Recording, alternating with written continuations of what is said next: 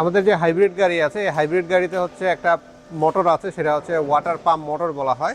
সেই water pump মোটরটা আপনাদেরকে দেখাবো এবং এটা কি কাজ করে এবং নষ্ট হওয়ার যে মূল কারণগুলো আমরা খুঁজে পাই সেইগুলো বিষয় নিয়ে আপনাদের সাথে সম্পূর্ণ আলোচনা করার চেষ্টা করব।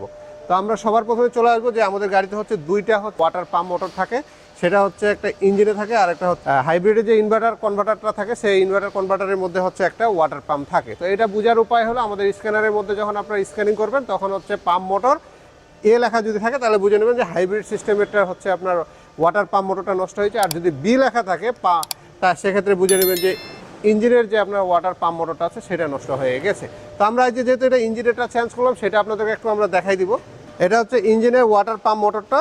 তো এই ওয়াটার পাম্পের এখানে রোটার আছে, যে এই জায়গায় দেখতেছেন এটা ঘুরতেছে না, একেবারে সিজ হয়ে গেছে। আর যদি ভালো থাকতো তাহলে এটা ঘুরতো, একেবারে সিজ হয়ে আমি শক্তিতে ঘুরাইলে ঘুরতেছে, তাছাড়া নর্মাল ঘুরতেছে না। এই যে আবার এখানে আটকে গেছে, তার মানে ভিতর থেকে এটা বাস্ট হয়ে গেছে। এই রোটারটা নষ্ট হয়ে গেলে আমরা বুঝে নিই এটা নষ্ট হয়ে গেছে। আর অনেক গাড়ির আবার হচ্ছে এখানে সার্কিট আছে, এই সার্কিটেরও সমস্যা দেখা দেয়। তো এক একটা গাড়ির হচ্ছে এক এক রকমের প্রবলেম হয়। হাইব্রিড সিস্টেমে যে ইনভার্টারের যে পুরের পাম্প মোটরটা থাকে সেটা হচ্ছে আরেক রকমের, ওটা দুইটা মুখ থাকে এবং ছোট সাইজের থাকে।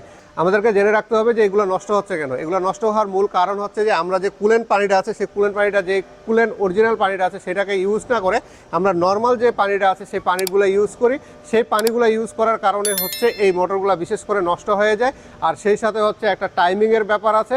আর আমাদের গাড়ির যদি হাইব্রিড সিস্টেমের হচ্ছে কোনো সমস্যা থাকে সেক্ষেত্রে, কিংবা হাইব্রিড ব্যাটারিতে সমস্যা থাকে সেক্ষেত্রেও কিন্তু এই মোটরগুলো নষ্ট হয়ে যায়। তো বিশেষ করে পাইছি আমরা হাইব্রিড ব্যাটারির কারণে কোনো এগুলো সমস্যা পাইনি। বেশিরভাগ পাইছি যে গাড়িগুলোতে হচ্ছে নর্মাল পানি ব্যবহার করা হয়, সেই নর্মাল পানিগুলোর গাড়িগুলোতে হচ্ছে এই ওয়াটার পাম্প মোটরটা বিশেষ করে নষ্ট হয়ে যাচ্ছে। তো আপনারা চেষ্টা করবেন আপনাদের গাড়ি যদি পানি দেওয়ার প্রয়োজন হয়, যদিও হাইব্রিড গাড়িতে রেগুলার পানি দিতে হয় না, মাঝে মাঝে পানি দিতে হয়, সেটা হচ্ছে তাও আবার 6 মাস 1 বছর আগে পানি দেওয়ার প্রয়োজন হয় না।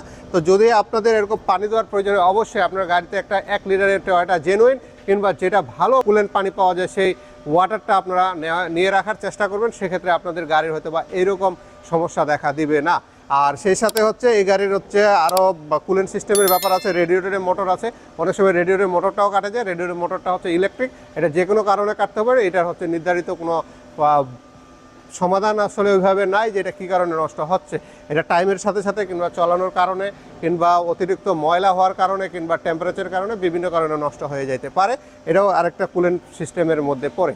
তো যাই হোক, আপনাদের যদি এরকম প্রবলেম হয় আপনারা মার্কেটে হচ্ছে এটার 3 ক্যাটাগরির হচ্ছে পার্টস পাওয়া যাচ্ছে। একটা রিকন্ডিশন পাওয়া যাচ্ছে, টয়োটা জেনুইনটা পাওয়া যাচ্ছে, আর চায়নাটা পাওয়া যাচ্ছে। তবে আপনারা চেষ্টা করবেন টয়োটা জেনুইনটা লাগানোর কিংবা হচ্ছে রিকন্ডিশনটা লাগানোর। চায়নাটাকে অ্যাভয়েড করলেই ভালো হয়, কারণ আমরা অনেকগুলো লাগাইলাম।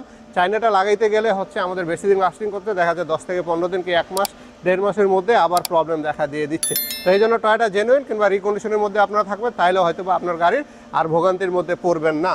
তো এই সব বিষয়গুলো মাথায় রেখে আপনারা গাড়িগুলো চালাবেন, সুন্দরভাবে গাড়ি চালাবেন। সবসময় অক্সিলারি ব্যাটারি অবশ্যই 6 মাস পর পর হচ্ছে আপনারা চেক আপের মধ্যে রাখবেন, কারণ অক্সিলারি ব্যাটারির সাথে আপনার ব্রেক বুস্টারের সম্পর্ক আছে। তো সেই জিনিসগুলো সব মাথায় রেখে আপনারা গাড়িগুলোকে সাবধানে চালাবেন। ঈদে বাড়ি যাবেন, ঈদে বাড়িতে যাওয়ার সময় অবশ্যই সাবধানে ড্রাইভিং করবেন। বেশি ওভারটেক করার দরকার নেই, ওভার স্পিডে চালানোর দরকার নেই। সব মিলে সবাই সুন্দরভাবে ঈদ করে আবার যেন আপনার নিজের নির্দিষ্ট গন্তব্যস্থলে পৌঁছাতে পারেন, এই দোয়াই আমরা কামনা করছি। সবাই ভালো থাকবেন, আমাদের জন্য দোয়া করবেন। ধন্যবাদ।